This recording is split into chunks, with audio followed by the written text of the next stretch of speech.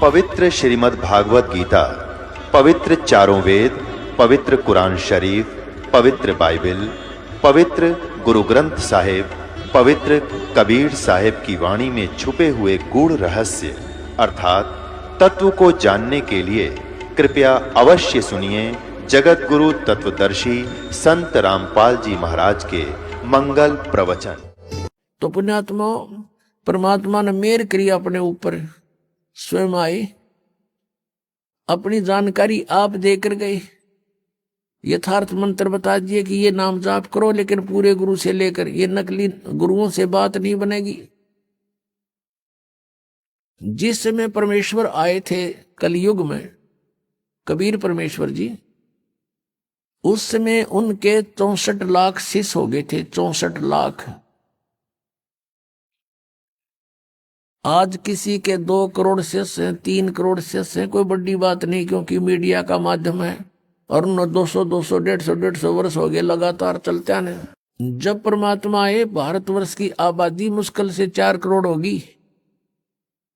सन 1398 से सन 1518 तक 120 वर्ष परमात्मा रहे थे। और उसमें भारतवर्ष की बहुत बड़ी सीमा थी, पश्चिमी पाकिस्तान, पूर्वी पाकिस्तान, अफगानिस्तान, बलोचिस्तान, इराक, ईरान तक, ये सब भारत ही था। और उस समय सारा मिलाकर 4 करोड़ आबादी नहीं थी। उसमें से 64 लाख शिष्य बनना, हिंदू और मुसलमान, ये कोई बालकों वाली बात नहीं है। वो समर्थ शक्ति थे। वो हम शिष्य क्यों बने थे, उसमें ज्ञान तो कोई समझे नहीं था। हम शिष्य क्यों बने थे कि परमात्मा ने हमें सुख दिए थे, हमारे ऊपर कैर टूट रहे थे पाप कर्मों के, वो मालिक ने ठीक कर दिए थे, कबीर भगवान ने। तो हम उनको गुरु मानने लगे थे। ये दयालु हैं, इन पे हमारा दुख देखा नहीं जाता, लेकिन हम इतने बुद्धिहीन बना दिए इस काल भगवान ने, हम पहचान नहीं पा रहे अपने दाता ने। और उसको ना पहचान कर हम अभी तक भटक रहे हैं या कष्ट उठा रहे हैं। तो क्या बताते हैं परमात्मा के दुगने तिगने किए चौगने किन्हू मूल गवाही। किसी ने तो इसके दुगने तिगने चौगने बना लिए, किसी ने इसका मूल धन ही नष्ट कर दिया। परमात्मा हमें ये याद दिलाने आए थे कि तुम यहाँ के वासी नहीं हो, और तुम सतलोक में रहा करते थे। यहाँ पर काल भगवान ने आपको आपके ऊपर इतने कवर चढ़ा दिए, स्थूल शरीर, फिर सूक्ष्म शरीर, फिर कारण शरीर, फिर महाकारण शरीर, फिर कैवल्य शरीर, और उसके अंदर आपका ओरिजिनल शरीर है। और फिर ये ऐसा शरीर दे दिया, इसमें कदे बीपी आई, कदे लो हो जा, कभी कोई बीमारी, कोई टेंशन होगी, हर समय आपको पीड़ित रखता है।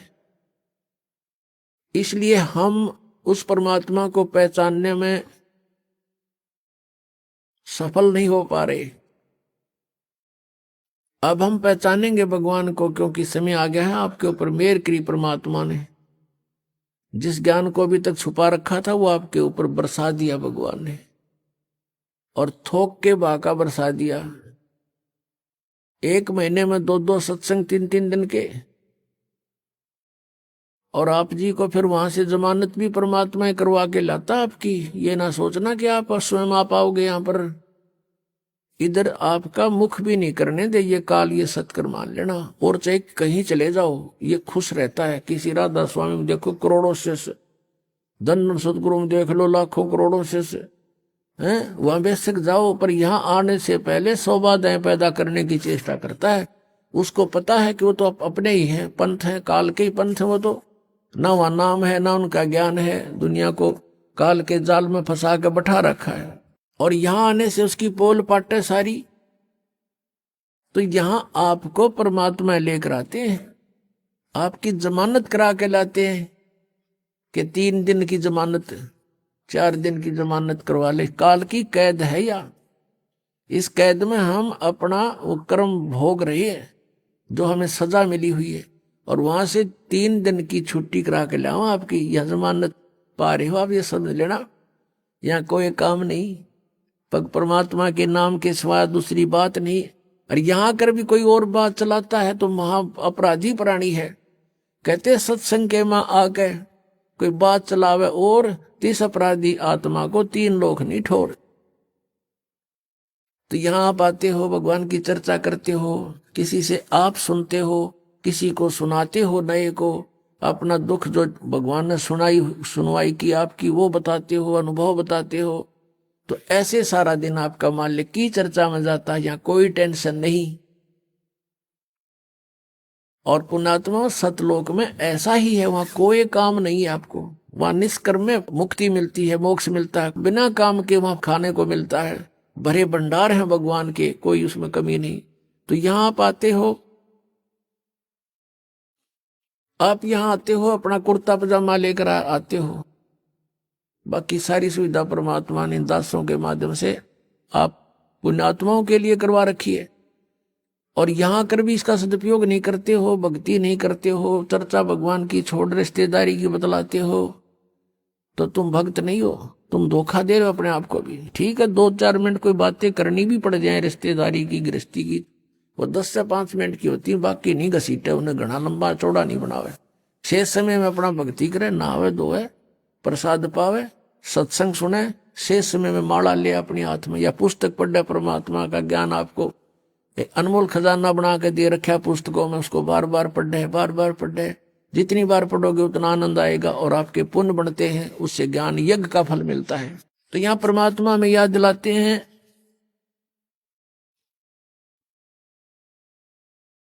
कि ये दम टूटे पिंडा फूटे हो लेखा दरगाह माही, जिसमें आपकी मृत्यु हो जाएगी,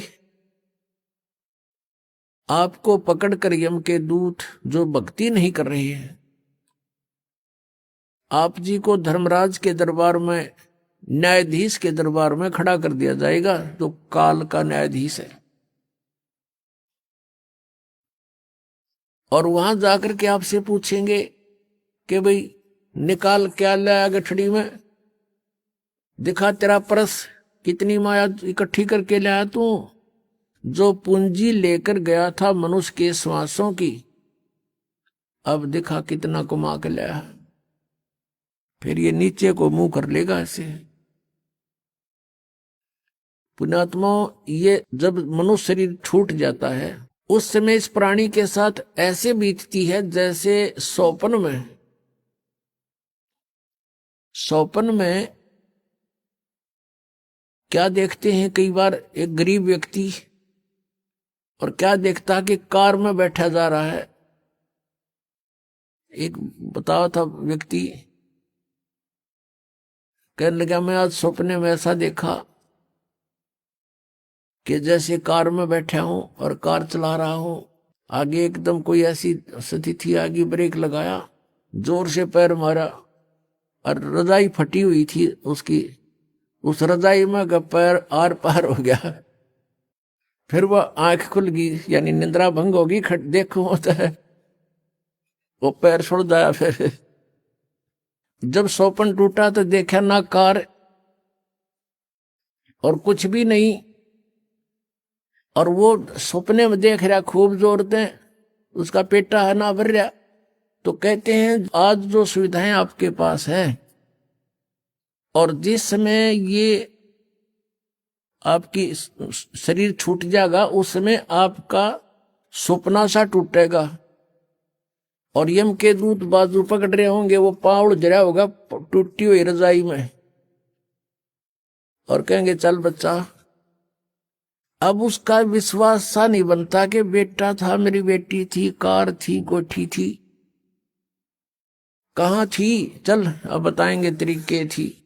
तो यहां बताते हैं कि ये सौपन जब टूट जाता है, जब इसका समझ में आवा है कुछ भी ना था, मैं तो वैसे ही दुखी हो रहा था कार में, कदे ब्रेक लाऊं था, कदे गियर बदलूं था, और था कुछ भी को नहीं। तो ये जो आज आप देख रहे हो, जब सपना टूटेगा, आपका मृत्यु होगी, आपको ऐसा लगेगा अरे के था, कौन सा बेटा, कहाँ बेटी, कहाँ कोठी, कुछ भी नहीं था। अब समझ लेना सपने के बाद आपको क्या प्राप्त होता है, याद रह जाती है वो। तो धर्मराज के दरबार में जा करके इसको खड़ा कर दिया जाता है। फिर वो पूछता भाई निकाल, उसको तो मालूम तो होता है ये सारा। तो फिर वो क्या बहाना मिलाता है, क्योंकि उसको याद आ जाती है कि मैं वायदा करके गया था भगवान से, हे परमात्मा जब के मनुष्य शरीर मुझे मिल जावे तो मैं सदा भगवान याद करूंगा, पेट के लिए थोड़ा बहुत कार्य भी करूंगा, लेकिन ज्यादा समय मालिक तेरी याद में बिताऊंगा। अब मुझे सब याद आ गया है। उसने उसको पिछले जन्म जन्मांतरों के सारे दुख याद आ जाते हैं, और जब ये मनुष्य शरीर प्राप्त करके वहां से चलता है, इसको बार बार समझाया जाता है कि अब के गलती मत करना। तो ये कहता नहीं जी, पीछे गलती बनी सो बनी, आगे नहीं करूंगा। मां के गर्भ में भी इसको याद रहता है। मां के गर्भ से बाहर आते ही इसके ऊपर तीनों गुणों का ऐसा एकदम प्रभाव बन जाता है, ये सब भूल जाता है, अचेत हो जाती है आत्मा। इसको नए सिरे से पढ़ाई कराई जाती है, ये तेरा चाचा, ये तेरी चाची, ये माता, ये पिता, ये बुआ या माँ, ऐसे, और नए सिरे से इसको पढ़ाया जाता है। अब जब तक हम सत्संग में नहीं आते और सतगुरु नहीं मिलते, इन नकली संतों के सत्संग से भी लाभ नहीं, क्योंकि उनके पास ना नाम ना ज्ञान। उद्देश्य उनका अवश्य है कि हम सत्संग सुनावा, लेकिन सत्संग है ही नहीं उनके पास। आपने सुना था सत्संग में, आपको दिखाया था कल परसों, कल भी दिखाया था कि ये राधा स्वामी पंथ के प्रवर्तक श्री शिवदयाल जी की सार्वचन वार्तिक, उसमें क्या लिखा है, इनका सतनाम का पता नहीं न है कि चीज कही तो सतनाम हमारी जाति है, सतनाम सचखंड है, सतनाम सार शब्द है, सतनाम सतपुरुष है, सतनाम सतलोक है, और सार नाम भी यही है, सतनाम भी यही है। तो ये सत्संग है इनके। करोड़ों व्यक्ति वहां अपना जीवन नष्ट कर रहे हैं। तो सतगुरु के दरबार में आने से आपको ये ज्ञान होता है। सतगुरु के दरबार में जाइयो बारंबार, भूली वस्तु याद दिलावे है सतगुरु दातारी। भूली वस्तु लखा जमे है सतगुरु दातार। हम जिस वस्तु को भूल चुके थे उसकी फिर याद दिलाई जाती है।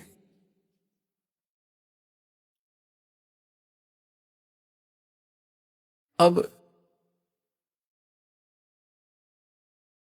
नकली गुरुओं के पास यदि याद भी दिला दें, तुम भगवान की भक्ति करो, तो उनके पास वो ट्रीटमेंट नहीं, उपचार नहीं, मोक्ष मार्ग नहीं उनके पास, तो उनका ज्ञान भी व्यर्थ। पहले तो ज्ञान है ही नहीं, लेकिन इतना तो अवश्य बता देता है आम संत के भगवान की भक्ति करनी चाहिए। मनुष्य शरीर बार बार नहीं मिलता, ना उन्हें परमात्मा का पता, ना उनको परमात्मा के पाने की विधि का ज्ञान, तो वो सत्संग भी सुना ना सुना बराबर। अब क्या बताते हैं,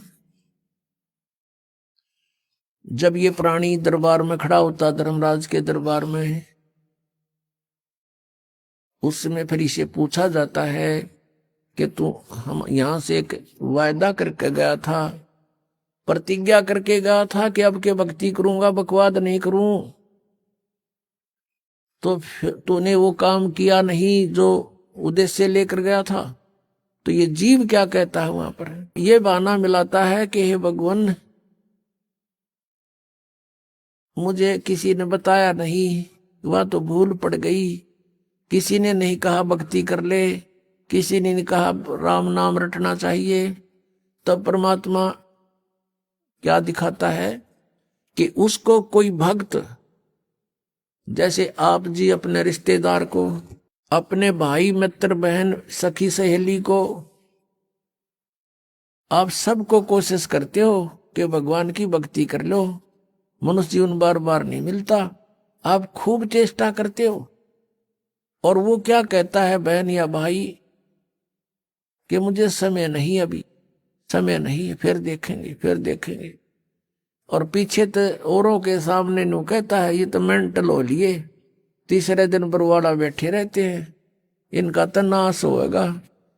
तो वो अपने आप में चतुर्गणे बन रहे हैं तो नहीं सुनते हैं। फिर वो धर्मराज के दरबार में जब खड़े होते हैं तब ये बहाना मिलाते हैं कि जी हमें किसी ने हमारे को बताया नहीं।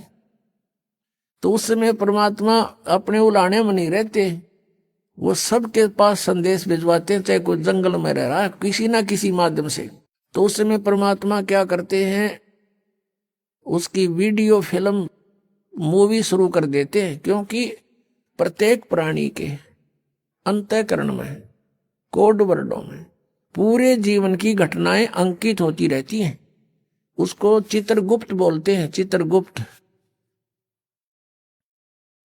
यानी साइलेंट फिल्म बनती रहती है गुप्त रूप में।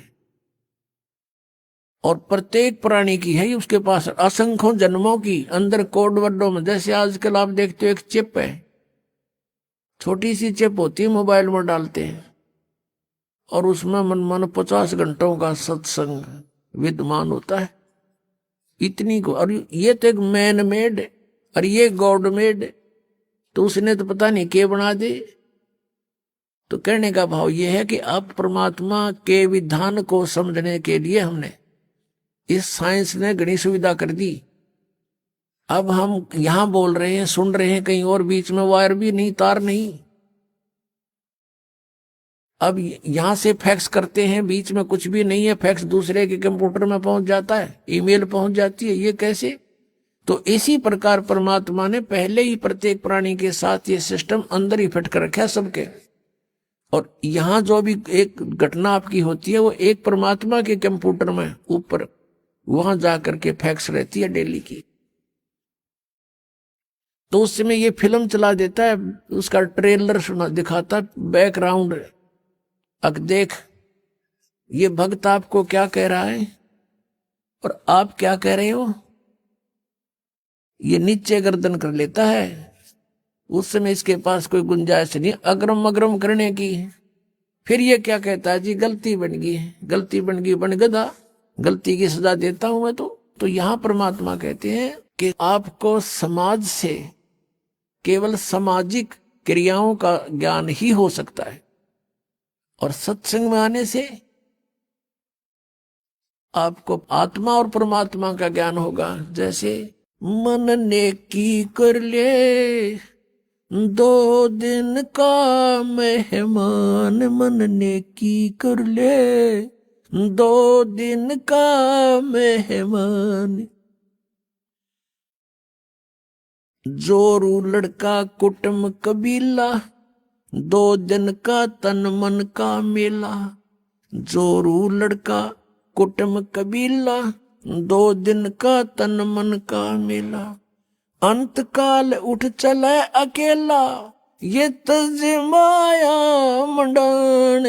मन ने की कर ले 2 दिन का मेहमान, मन ने की कर ले 2 दिन का मेहमान। कहां से आया कहां जावेगा, तन छूटे तब कहां समावेगा। कहां से आया कहां जावेगा, तन छूटे तब कहां समावेगा। आखिर तुझको कौन कहेगा, गुरु बिन आत्म ज्ञान। मन ने की कर ले 2 दिन का मेहमान, मन ने की कर ले 2 दिन का मेहमान। कौन तुम्हारा सच्चा साईं, झूठी है ये सकल सगाई।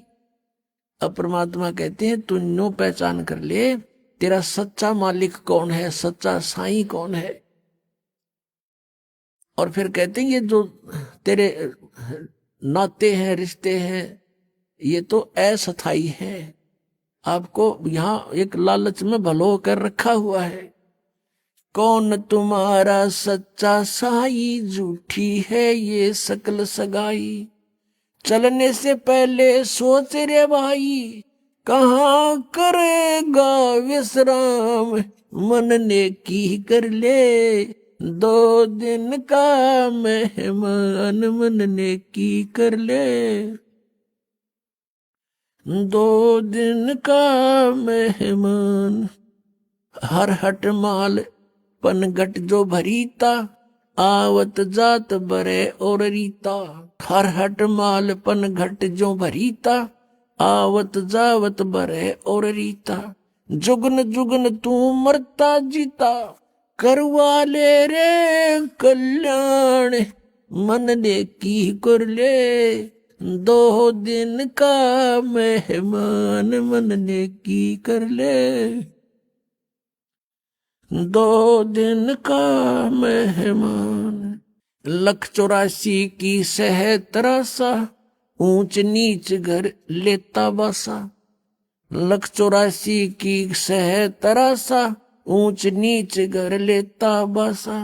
कह कबीर सब मिटाऊं रासा, कर मेरी पहचान, मन ने की कर ले, 2 दिन का मेहमान मन ने की कर ले, 2 दिन का मेहमान।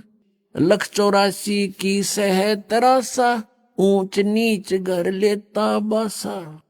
184 की सह तरासा, ऊंच नीच घर लेता बासा। कह कबीर सब मिटाऊं रासा, कर मेरी पहचान, मन ने की कर ले, 2 दिन का मेहमान। अपना आत्माओं, हम बहुत ही अनजान हो चुके हैं, भगवान से दूर हो लिए, और हम इस काल के इन नकली चोचलों में घने रंगे जा चुके हैं। हम अपने परमात्मा को पहचान नहीं पा रहे। आप देखोगे इतना मोटा कबीर सागर है, कबीर साहब की वाणी, कबीर साखी न्यारी रहेगी, कबीर बीजक लगता है, और कबीर साहब की शब्दावली न्यारी। तो उस परमात्मा का उद्देश्य क्या था इतना थूक बिलोने का? क्योंकि वो हमारा पिता है और वो चाहता है कि अपने बच्चों को मैं ऐसा ज्ञान दे दूं ये मुझे पहचान ले, और परमात्मा को ना पहचान कर हम इस काल के जाल में असंख्य युगों से फंसे हुए हैं। अब इसमें क्या बताया है कि मन नेकी कर ले तो 2 दिन का मेहमान।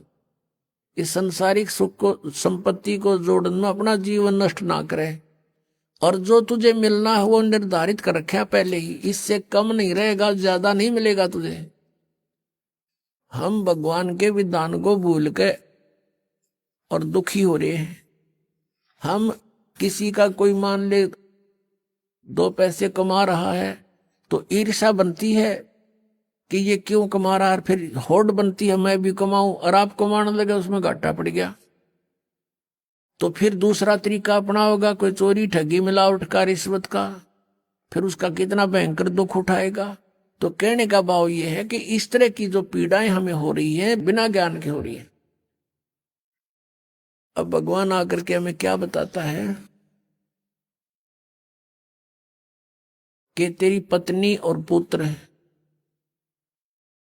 जोरू लड़का और ये कुटुंब कबीला, ये 2 दिन का तेरे तन मन का मेला, और अंत समय उठ चले अकेला।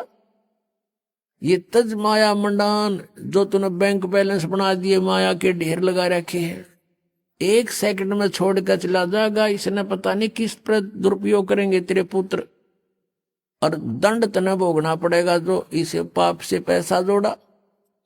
और फिर क्या बताते हैं, कहां से आया कहां जावेगा, तन छूटे तब कहां समावेगा। अरे हम घर से चलते हैं, जिस दिन किसी कारण से हम दूर देश जाना होता है दूसरे शहर में, तो जाने से पहले रात को रुकने की व्यवस्था कर लेते हैं कि कहाँ पर रुकेंगे, कुछ ना कुछ सोच के चलते हैं। चाहे ये सोच कर चलें होटल में रहेंगे, या ये सोच कर चलें कि वहाँ धर्मशाला में रहेंगे, या कोई मित्र रिश्तेदार का कोई एड्रेस ले लेते हैं और संसार छोड़कर चलते हैं। हम कोई एड्रेस लेकर नहीं चलते, ना कोई व्यवस्था पैसे जेब में लेकर चलते कि वहां कुछ आगे पर जरूरत पड़ेगी। तो वहां शरीर छोड़कर जाने के लिए जो करेंसी हमने ले जानी होती है वो पहले से ही उसके चेंज करानी पड़ती है करेंसी को। अब ये चेंज यहाँ पर वाला आश्रम में होती है और कहीं नहीं हो सकती,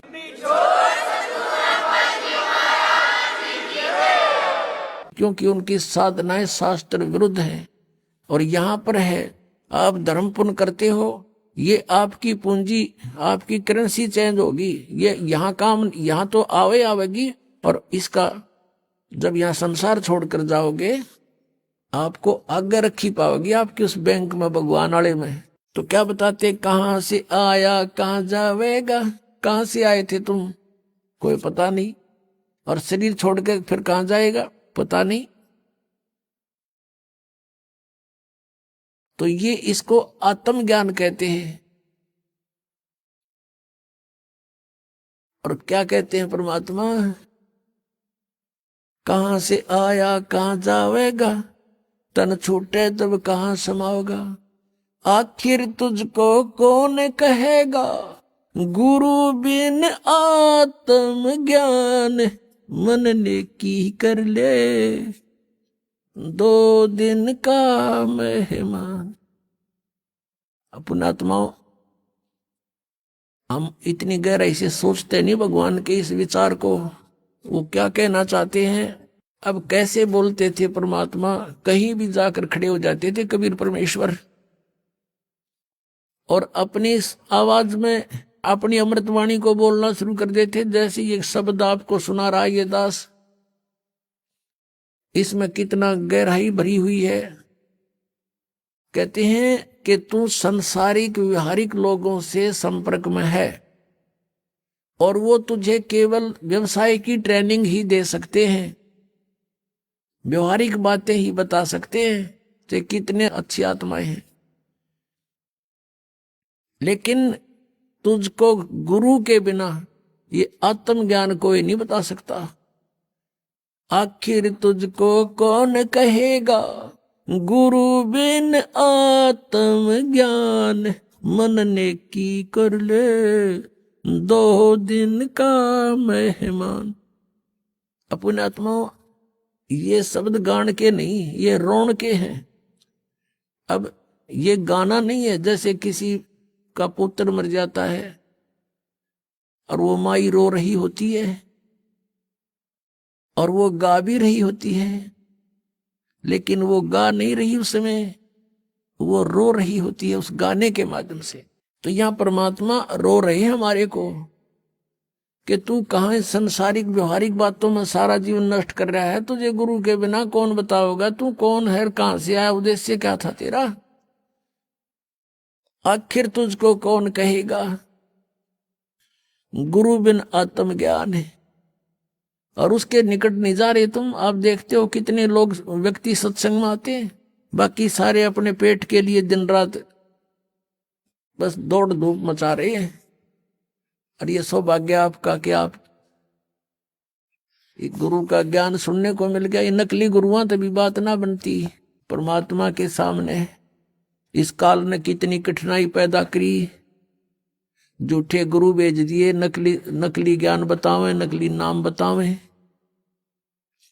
और ये भोली आत्मा उनको परम धनी मान के पूर्ण गुरु मान करके आंखें बंद करके बैठे श्रद्धालु। अब उनको कहते हैं कि तुम्हारी साधना गलत है, वो नाराज हो जाते हैं और लड़ने को उतारू हो जाते हैं। अब भोली आत्मा है, उन्होंने तो उनको पूर्ण संत मान रखे है, उनको क्या कहेगा पता नहीं। तो पुण्यात्माओं, यदि आप किसी मार्ग पर जा रहे हो, आगे से आपको कोई कहता कि ये मार्ग ठीक नहीं आपका, तो बुद्धिमान व्यक्ति को वहां रुक जाना चाहिए, उसकी बातों पे कुछ जोर देना चाहिए, उसके साथ झगड़ा नहीं करा कि तू झूठ क्यों बोला है, क्यों गलत बता रहा है मेरे मार्ग को। इसमें लड़न की के बाद से भाई, अगर आपको कॉन्फिडेंस है कि मैं सही जा रहा हूं तो चला गया, इसने जैसा कहा उसको आपको बता दिया भी अगर रास्ता ठीक नहीं तेरा यूं, तो उसके साथ झगड़ा नहीं करना होता, कोई भी ना करता ऐसे तो, बल्कि विचार करता आदमी कि सचमुच इसने क्यों ऐसा कहा, भाई पता तो करे, कारण पूछे, फिर वो कारण बतावे, उससे ना यकीन हो दूसरे से पूछे, तीसरे से पूछे, तो जब फाइनल हो जाए उस मार्ग पे फिर चलना चाहिए। और इसी में यही बुद्धिमता है। तो पुण्यात्मा दास बार बार कह रहा है कि ना तो राधा स्वामी पंथ, दंडम सतगुरु पंथ, जय गुरुदेव पंथ वालों के पास मोक्ष मार्ग नहीं है, ये जीवन नाशक है, ये बिल्कुल इनके नाम भी गलत, इनका ज्ञान भी गलत। और इनके प्रवर्तक की आपको दिखा दी तो शिवदयाल जी की के दुर्गति हुई कमरा, शिवदयाल जी की मरने के बाद वो भूत बन गया, और वो बिलोचिस्तानी सामस्ताना खेमामल जी इंजेक्शन रिएक्शन से मृत्यु होगी। और एक और हुए उनके बाबूजी साहब, उसकी हिस्ट्री पढ़ लो तो वो कितने जन थे भुगत का मेरा।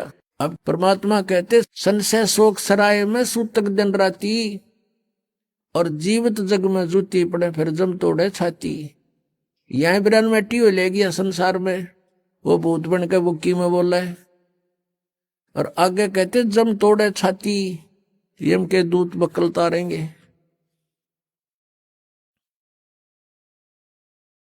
अब क्या बता रहे हैं परमात्मा कि यो सौदा फिरना ही संतो, यो सौदा फिरना ही, ये लोहे जैसा ताव जात है काया देश राही। और तीन लोक और भवन चतुर्दश सब जग सौदे आही। फिर बताते हैं कि ये दम टूटे पिंडा फूटे हो लेखा दरगाह माही, उस दरगाह में मार पड़ेगी त्रियम पकड़ेंगे बाही। वहां पर ना किसी की पेश चले, चाहे कोई राष्ट्रपति है, मृत्यु होने के बाद यम के दूत उसको गिरफ्त कर लेते हैं तुरंत,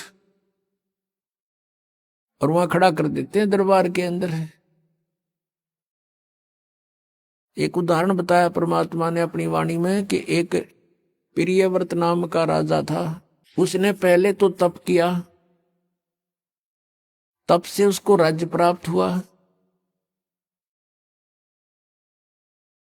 और जब राज्य का समय पूरा हुआ तो यम के दूत पकड़ कर ले गए उसको, धर्मराज के दरबार में खड़ा कर दिया। यम के दूत जब लेने आए प्रियव्रत को, उसने कहा कि मुझे कुछ सांस और दे दो जीने के लिए। उसका बहुत लंबी आयु थी, बहुत लंबी आयु तक उसने राज्य किया था, और फिर भी जीने की आशा थी। कहा यम के दूतों से कि मुझे कुछ और श्वास दे दो। यम के दूत कहने लगे खबरदार दे, तूने सांस लिया तो तेरे श्वास पूरे हो चुके हैं, चलो। धर्मराज के दरबार में लेकर गए, वहां उसका अकाउंट बताया गया कि इतने वर्ष तूने तप किया था, उसके प्रतिफल में इतने वर्ष तूने राज्य कर लिया। अब बता कुछ करके लाया आगे के लिए। अब वहां तो सब पता होता है, उसकी जेब में पता लग जाता है कितना सामान है। कहने लगा जी नहीं, तकसीर होगी। कहने लगे इसका काला मुंह करो। अब प्रियव्रत कहता है मेरा काला मुंह क्यों किया जाता है, राजा था पूरी पृथ्वी का। तो धर्मराज ने कहा कि भक्ति के लिए भेजा था, भक्ति करे नहीं डले डोए। और फिर वो प्रियव्रत कहता गलती बन गई। धर्मराज कहता मैं तो गलती की सजा देता हूं, जाओ पशु की योनि में जा राजा, अब गधा राजा बन जा। परमात्मा कहते हैं कबीर हरि के नाम बिना ये राजा रसब हो, रसब माने गधा। और मट्टी लदे को मार के और घास न डाले कोई। अपनात्माओं वो परमात्मा कितने दयालु, हमें कितनी कितनी कितनी वाणी बोल करके बता रही है। और साथ में ये भी बता रहे हैं कि तू मुझे पहचान ले, तेरा सब झंझट खत्म कर दूंगा, ये रास्ता न खत्म कर दूंगा जन्म और मृत्यु का। तो पुणात्माओं कहते हैं उस दरगाह में मार पड़ेगी, यम पकड़ेंगे बाही, जा दिन की मोह डर नहीं लागे, लज्जा रहे एक नाही। फिर क्या बताते हैं कि नर नारायण देह पातू फेर 84 जाही। परमात्मा जैसा शरीर मनुष्य का शरीर आपको मिला है, परमात्मा का ऐसा ही मनुष्य सदृश शरीर है, इसलिए परमेश्वर को भी पुरुष कहते हैं। और उस पुरुष ने मनुष्य को अपना शरीर दिया है तो मनुष्य को भी पुरुष बोलते हैं। लेकिन परमात्मा का जो मटेरियल है शरीर का वो हमारे जैसा नहीं है। असनाविरम शुक्रम अकायम, असनाविरम, उसका शरीर माता पिता के योग से बने शुक्र का नहीं है, उसकी शरीर में नाड़ी आदि का व्यवस्था नहीं है, वो स्वयंभू है, परिभू है, वो कबीर मनीषी है, सप्रियागात है, सबसे प्रथम देहधारी वही परमात्मा है। अब क्या बताते हैं कि नर नारायण देह पाकर तो फेर 84 जाही, कुल परिवार तेरा सकल कबीला, मसलत एक ठराई, बांध पिंजड़ी आगे धर लिया मरगट को ले जाही। मृत्यु होते ही कुल के लोग इकट्ठे हो जाएंगे और उसी समय कहेंगे उठाओ इसको, उठाओ जल्दी करो। और उसी समय उठा के कहते बांध पिंजड़ी आगे धर लिया मरगट को ले जाई। और अग्नि लगा दिया जद लंबा फूक दिया उस ठाई। अब शरीर तो फूक दिया, अब आगे फिर इन नकली गुरुओं ने एक और नया प्रोसेस शुरू करा दिया। कहते हैं पुराण उठा फिर पंडित आए, गुरुजी आगे और पीछे गरुड़ पढ़ाई। तेरा गजब भैया। परमात्मा कहते हैं जो मरने वाला मर गया और अब उसके उपलक्ष्य में गरुड़ का पाठ करा रहे हो तुम। अब गरुड़ पुराण में बहुत ही ऐसी बातें हैं जो जीव ने पहले पढ़ लेनी चाहिए। उसमें लिखा है कि एक ने ऐसा जुल्म किया था, उसका बेटा मर गया। उसने ऐसा अपराध किया था, उसकी आंखें फूट गई। एक ने ऐसा अपराध करते थे, उसके हाथ कटते हैं। यम के दूत आते हैं, जो भक्ति नहीं करते, सच्ची भक्ति नहीं करते, उनको पकड़ कर ले जाते हैं, जो दान धर्म नहीं करते। और आगे क्या देखते हैं कि ऐसी गर्म जमीन के ऊपर से ले जाते हैं नंगे पैरों उसको। आगे जो शुभ कर्मी प्राणी है वो भंडारा छक रहे होते हैं, खीर खांड हलवे उनके लड्डू जलेबी खा रहे होते हैं। और वो कर्महीन प्राणी, भक्तिहीन प्राणी, दानहीन प्राणी वहां से जाता है और देखता है, उनको कहता है यम के दूतों से, भगवान के दूतों से कि भी मुझे भोजन करा दो, मुझे भूख लगी है। वो कहते हैं नहीं, तेरे शुभ कर्म नहीं है, चल तुझे भगवान के दरबार में पेश करके तुझे फिर कुटाई करेंगे तेरी। कहते हैं परमात्मा का कहने का उद्देश्य ये है कि वेद पुराण उठा फिर पंडित आगे पाछे गरुड़ पढ़ाई, कि उसको गरुड़ पुराण का पाठ पहले कराना चाहिए था, पहले सुनाना चाहिए था। वो बुराइयां बचता, डरता और शुभ कर्म कर जाता और उसकी दुर्गति ना होती। वो तो गधा बन गया और पाछे उसका गरुड़ पुराण का पाठ करा रहे। अब क्या फायदा मरने के बाद मुंह में घी डालने का। अब क्या बताते हैं कि पुराण उठा फिर पंडित आए, पीछे गरुड़ पढ़ाई। और फिर बताते हैं नर से तीतु पशुआ की जय गद्दा बैल बनाई। ये 56 भोग कहा मन भोरे की तो कुरुड़ी चरने जाई। पुणात्मा परमात्मा ने हमें बताया है वह सच्चाई है कि कबीर ये माया अटपटी और सब गट आण अड़ी, वह किस किस ने समझाऊं या कुएं भांग पड़ी। हमने इस काल के नकली इस सुख की भांग पी रखी है इस कुएं में, काल के कुएं में। और सबके एक जैसी ही बुद्धि होगी। जैसे शराब पिए हुए व्यक्ति या भांग पिए हुए व्यक्ति आपने चाहे 100 मिल जावे रास्ते में, उनकी एक जैसी भाषा होती है, एक जैसी चाल होती है। लटक दे किधर पैर टेक किधर इधर जावे, बोल रहे तो और में बोलेंगे। तो किसी ने बात करके देख लो, जिन्होंने नशा कर रखा वो एक जैसी भाषा जानते हैं। तो हम सभी को इस काल ने भांग प्या रखी है झूठे सुख की, और सभी हम इसी में इतने मस्त हो रहे हैं। और यहां परमात्मा याद दिलाते हैं जिसकी भांग उतर जाएगी एक व्यक्ति शराब पिए पड़ा था और ऐसी गंदे स्थान पर गिरा हुआ था। फिर उसको उठाकर लाए घर वाले और सुबह फिर नहा धोकर वो गया ना, उसका छोटा लड़का बताता है साथ में, पापा शाम ना आप यहाँ पड़े थे?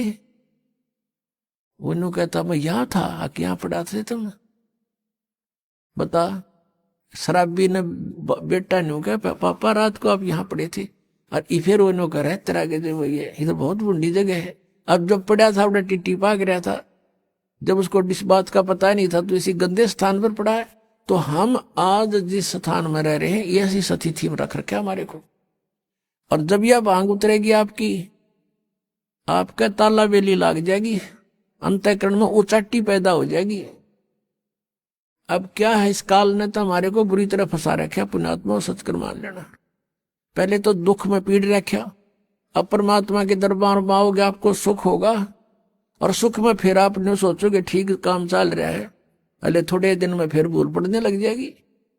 तो इसके लिए परमात्मा कहते हैं सुख के माथे पत्थर पड़ो, नाम हृदय से जावे, बलिहारी उस दुख के जो पल पल नाम रटावे।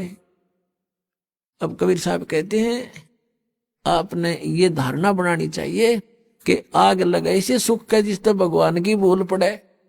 हे भगवान ऐसा सुख भी ना देना जिससे आपकी भूल पड़े, ऐसा दुख भी दिए रखना परमात्मा। धन्य है वो दुख जिससे आप याद आओ, आपके ऊपर कष्ट आए, आपने सब जगह ट्राई की, नहीं बात बनी, आप यहां भी ट्राई करने आए हैं कुछ तो, और यहां तो यह बात पक्की बनेगी जब मन में आपने सच्चे दिल तो भक्ति की और नाम ले लिया था। मर्यादा रखनी पड़ेगी, तो फिर आपको ये सुख तो होंगे ही होंगे, लेकिन इन्हीं सुखों तक सीमित मत रहना। यहां आने वाले को एक आगाह किया जाता है कि बरवाला आश्रम आने से पहले आप केवल दुख निवारण कराने के लिए उद्देश्य लेकर मत आना। यहां उद्देश्य लेकर आओ कि हमने जन्म मृत्यु के कहर से बचना है। उसके साथ ये तो आपको फ्री ऑफ कॉस्ट रूंगे में दिए जाते हैं, रूंगे में। ये जो संसारिक सुख है, आपके कष्ट निवारण है, तो रूंगे में दिए जाते हैं। ये हमारा उद्देश्य नहीं है। अब जैसे पहले समय में गांव में कोई ये सब्जी बेचने आया करते और कोई फल फ्रूट भी बेचने आते थे, तो वो कैसे सौदा करा करती थी हमारी दादी। उस समय ऐसे सौदे हुआ करते थे जैसे गेहूं का बेला भर लेगी और उस तराजू में डाल दिया, और वो उसको कणक के कोई 2 बार कोई 1.5 बार ऐसा, उसके बदले में 2 बार जैसे सब्जी तोल दी गेहूं के बदले में। वो तो ले लिया जो लेना था माई ने, वो जो सौदा करना था वो तो कर लिया। उस गेहूं के 1 बेले यानी 1 किलो के बदले में 2 किलो 2 बार तोल ली हुए सब्जी, जो उसका रेट था वो ले लिया। फिर नो क्या करती, भाई रूंगा और दे, रूंगा मीन फ्री ऑफ कॉस्ट। वो फिर 1-2 और आलू घेर देती, नो कह ना भाई और दे, वो 1-2 और घेर देता, डाल देता। उसको रूंगा बोला करते, रूंगा। तो यहां कहने का भाव ये है कि जो असली सौदा है वो तो आपका जन्म और मृत्यु का दुख बटेगा यहां पर। और जो ये संसारी छोटे मोटे कष्ट आपके ऊपर हैं, कोई घाटेबाज दे के दुख हैं, ये तो रूंगे में दिए जाएंगे यहाँ पर आपको, रूंगे में, फ्री में। ये सौदा नहीं हमारा, ये तो आप डिमांड करते हो इसलिए ठा के दे दिए 2 आलू खा लो। तो ये आपके ऊपर जो कष्ट आए हैं, कोई प्रेत बाधा है, या कोई किसी ने श्राप कर रखा है, कोई घायल गलवा रखी है, या कोई पाप कर्म प्रारब्ध का दंड है, ये तो रूंगे में काटेंगे कबीर भगवान।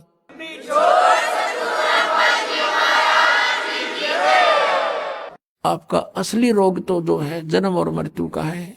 अब क्या बताते हैं, नर से तू पशुआ की जय गद्दा बैल बनाई, ये 56 भोग कहाँ मन बोरे, कि तकुरेड़ी चरणे जाई। पुणात्माओं, हमने इस काल के इस झूठे सुख की भांग घनी पी रखी है। और हमारा आज यकीन ना होता कि हम गधे भी बनेंगे और हम कुत्ते गधे सुअर बनेंगे और वो आहार करेंगे जो आज वर्तमान में कुत्ते गधे कर रहे हैं। उसके लिए याद दिलाते हैं, सुखदेव ने 84 भुगती बना पजावे खरवो, तेरी क्या बुनियाद पुरानी तू पेंडा पंथ पकड़े वो। कहते सुखदेव जैसे ऋषि ने 84 लाख प्राणियों के शरीरों में कष्ट भोगना पड़ा।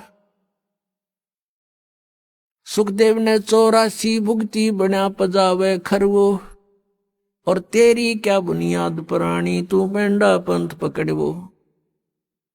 के सुखदेव ने 84 भुगती, गधा बन गया पजावे पे। पजावा होता है यहाँ पर, पजावा होता है जैसे कुम्हार लगाते थे पहले, उसमें ईंटें पकाते थे और ईंटों के पकाने के बाद जो ऐस राख बचती थी उसके ऊपर ही और लगा देते थे।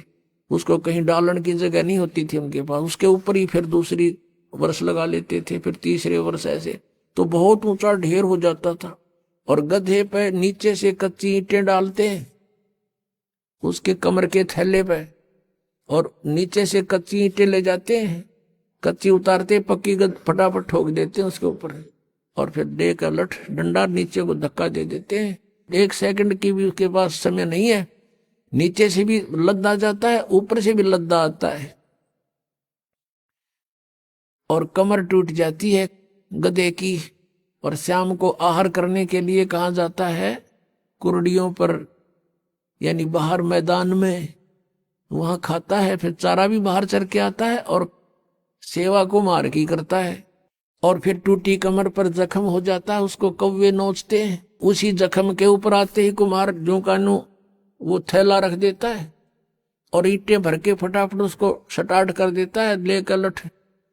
और फिर देखो पुण्यात्मा, अपना शरीर यहाँ कहीं से छुल जा खाल थोड़ी सी किसी कारण से भी, और उसके ऊपर कपड़ा भी लग जाना, कपड़ा वैसे भी आंखों में पानी आता है, इतनी पीड़ा होती है। और आज वो अफलातून जब राजा बना हुआ था, भक्ति करी नहीं, सच साधना की नहीं, आज गधा बना हुआ है, कमर टूटी है, ऊपर थैला, और थैले के अंदर से कोरस सैंड यानी वो खोरा ईंटों का जो रेत वो जख्म पर गिरता आकर के, और ऊपर से ईंटों की रगड़ लगती है उसके, ऐसे चलते चलते, और उसकी आंखों में से पानी आता है, वो कुछ नहीं कर सकता, विवश है। अपनात्माओं, पहले तो हम भी ऐसे ही थे, अब परमात्मा की दया से आत्मा निर्मल हुई, ये बातें याद आती हैं तो भी शरीर कांप जाता है। और एक बार नहीं, असंख्यों बार, एक बार नहीं असंख्यों बार ये कष्ट उठाए हमने। अपनात्माओं, आपको कितना राहत होने जा रही है, कितना लाभ होने जा रहा है, आप नहीं समझ सकते इसको। और हम कितना कष्ट उठा चुके हैं असंख्यों बार। ये तो एक बार के गधे का एक दिन की बता रहे हैं, ये कष्ट एक दिन में ऐसा होता है, और एक गधे का जीवन कितना। अब इसलिए बताते हैं सतगुरु के उपदेश का, जय सतगुरु की संगत करते सकल कर्म कट जाई, अमरपुरी पर आसन होते जहां धूप ना छाई। यदि सतगुरु की संगत करते, शरण में आ जाते, ये नकली सतगुरुओं की नहीं बात बनती, तो कहते हैं ये कैसा दुख आपके ऊपर हो रहा है, किस प्रकार बाईपास निकालेंगे संत। अब कितने दुख होते हैं प्राणी पर, आध्यात्मिक मार्ग को आध्यात्मिक घटनाओं से ही तोला जाता है, किसी के कहने मात्र से नहीं। आपको दिखाते हैं इतिहास, एक पुण्यात्मा का उसके ऊपर कितनी आपदाएं आई, और जो धन आपको प्राप्त होने जा रहा है, जो ज्ञान और भक्ति और विधान आपको मिलने जा रहा है, उससे आपको कितना बेनिफिट होगा, कितना राहत मिलेगी।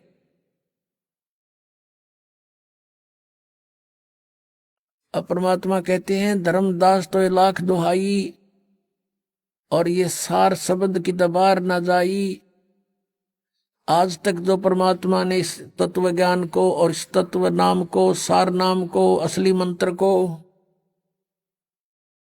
छुपा के रखा हुआ था, क्योंकि सतयुग त्रेता द्वापर में ये प्राणी दुखी नहीं होता और पिछले पुण्य कर्म इसके घड़े साथ होते हैं, जिस कारण से कोई भी कुछ भी साधना भक्ति कर रहा होता है उसमें भी वो सुखी रहता है। वो ये सोचता है मुझे इस साधना से ये सुख प्राप्त है। आइए अब हम उन श्रद्धालुओं के अनुभव जानते हैं जो जगत गुरु तत्वदर्शी संत रामपाल जी महाराज जी से दीक्षा प्राप्त कर चुके हैं तथा उनके द्वारा बताए गए भक्ति मार्ग पर चल रहे हैं। जी नमस्कार। नमस्कार सर। जी क्या नाम है आपका? मेरा नाम मूलचंद्र कठेरिया। मूलचंद जी कहाँ से आए हैं आप? वैसे मैं रहने वाला यूपी का हूँ, गांव बिरौंधी, तहसील बरतना, जिला इटावा। सर, संत रामपाल जी महाराज से नाम दीक्षा लेने से पहले आप क्या भक्ति साधना करते थे? सर, रामपाल जी महाराज जी से नाम लेने से पहले मैं ये जो लोक वेद के अनुसार जो जैसे लोग देवी देवताओं की पूजा करते वैसे करते तो थे, लेकिन उनसे संतुष्टि नहीं थी। सर, जब आप हिंदू धर्म में प्रचलित सभी प्रकार की पूजा कर ही रहे थे तो फिर आपका संत रामपाल जी महाराज से नाम दीक्षा लेने का क्या कारण था? संत रामपाल जी महाराज जी की मैंने एक भगत जी के द्वारा ज्ञान गंगा बुक प्राप्त हुई, तो उसको मैंने पढ़ा, तो उसमें मैंने ऐसा पाया जो मैंने कभी सुना ही नहीं था।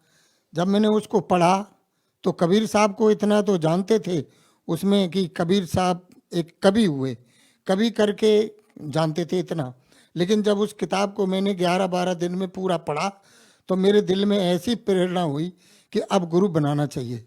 क्योंकि मेरी भक्तिमती 20 साल से हमसे कहती थी कि कोई गुरु बना लो, कोई गुरु बना लो।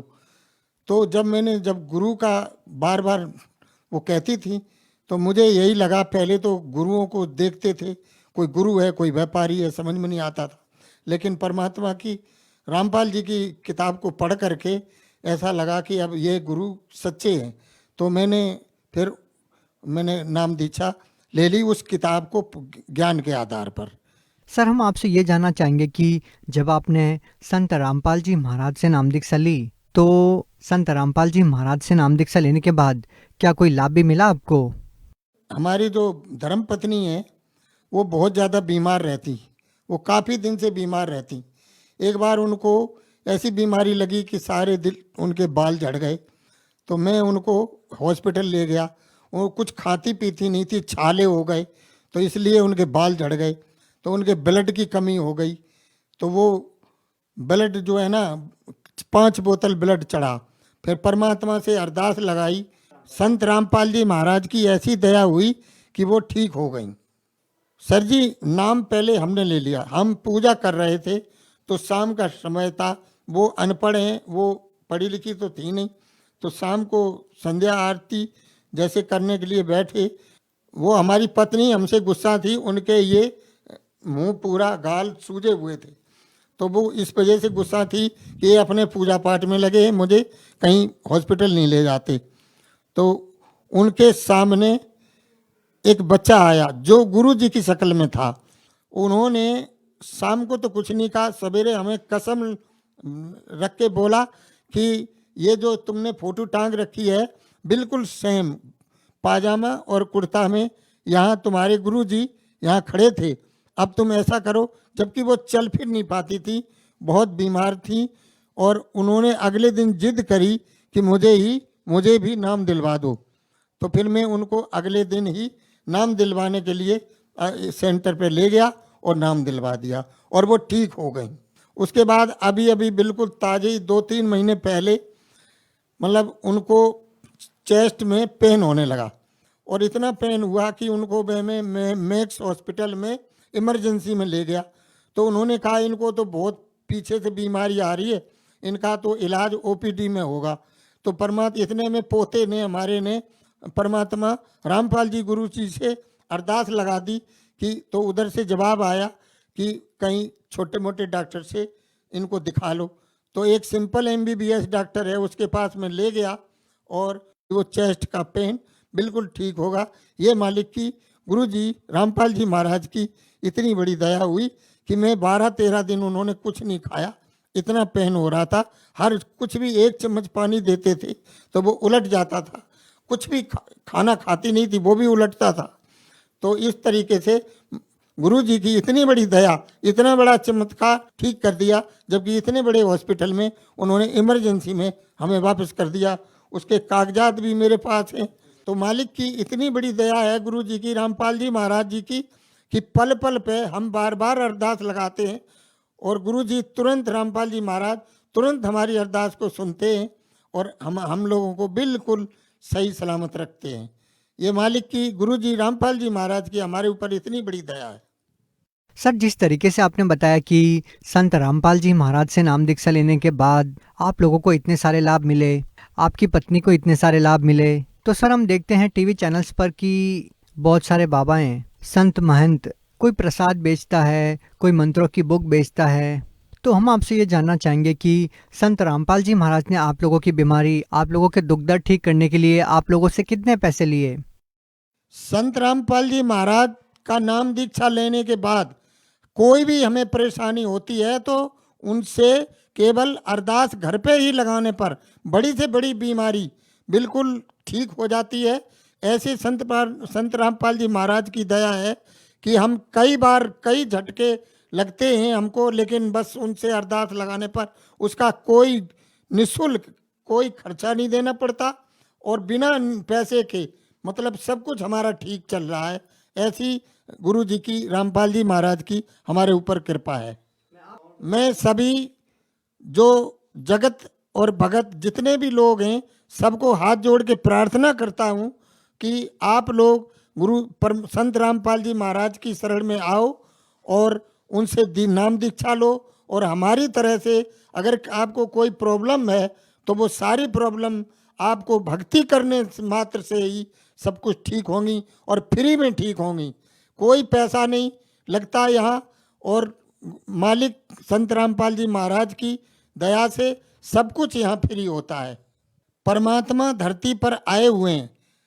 सब लोगों से हाथ जोड़ के विनती करता हूँ कि जिस प्रकार से हमारे दुखों को परमात्मा संत रामपाल जी महाराज ने ठीक किया है, ऐसे ही जितने लोग बीमारी ग्रस्त हैं या और कोई उनकी समस्या है, सभी लोग परमात्मा की शरण में आए और नाम दीक्षा लें तो हमारी तरह से उनको भी लाभ मिलेगा। ऐसा नहीं है कि उनको लाभ नहीं मिलेगा। मैं बिल्कुल सत्य बात बोल रहा हूँ कि हम बहुत परेशान थे और मालिक की शरण में जब से आए हैं तब से हमारी सारी परेशानी मालिक क्षण में दूर कर देते हैं। सभी लोगों से प्रार्थना है कि संत रामपाल जी के रूप में परमात्मा धरती पर आए हुए हैं, सब लोग उनसे नाम दीक्षा लेकर के और अपना लाभ उठाएं। सर, जो लोग संत रामपाल जी महाराज से नाम दीक्षा लेना चाहते हैं वो उनसे नाम दीक्षा कैसे ले सकते हैं? सर जी, जहाँ पे जो लोग हमारी बात को सुन रहे हैं तो संत रामपाल जी महाराज के सत्संग आते हैं, उनके नीचे एक पट्टी सी चलती है, उसमें नंबर आते हैं। उन नंबरों पर आप जहाँ भी हो उन नंबरों पर फ़ोन करके संपर्क करो। वहाँ से आपको आपके नज़दीक के नामदान केंद्र का पता लग जाएगा और वहाँ आपको निःशुल्क बिना किसी पैसा के देने कुछ नहीं देना पड़ेगा आपको, और वहाँ से नाम लो और परमात्मा जो इस समय मौजूद हैं धरती पर वो आपको उनकी नाम दीक्षा लेने से आपको भी वही लाभ मिलेगा जो हमें मिला है। जी, बहुत बहुत धन्यवाद आपका। सत साहिब।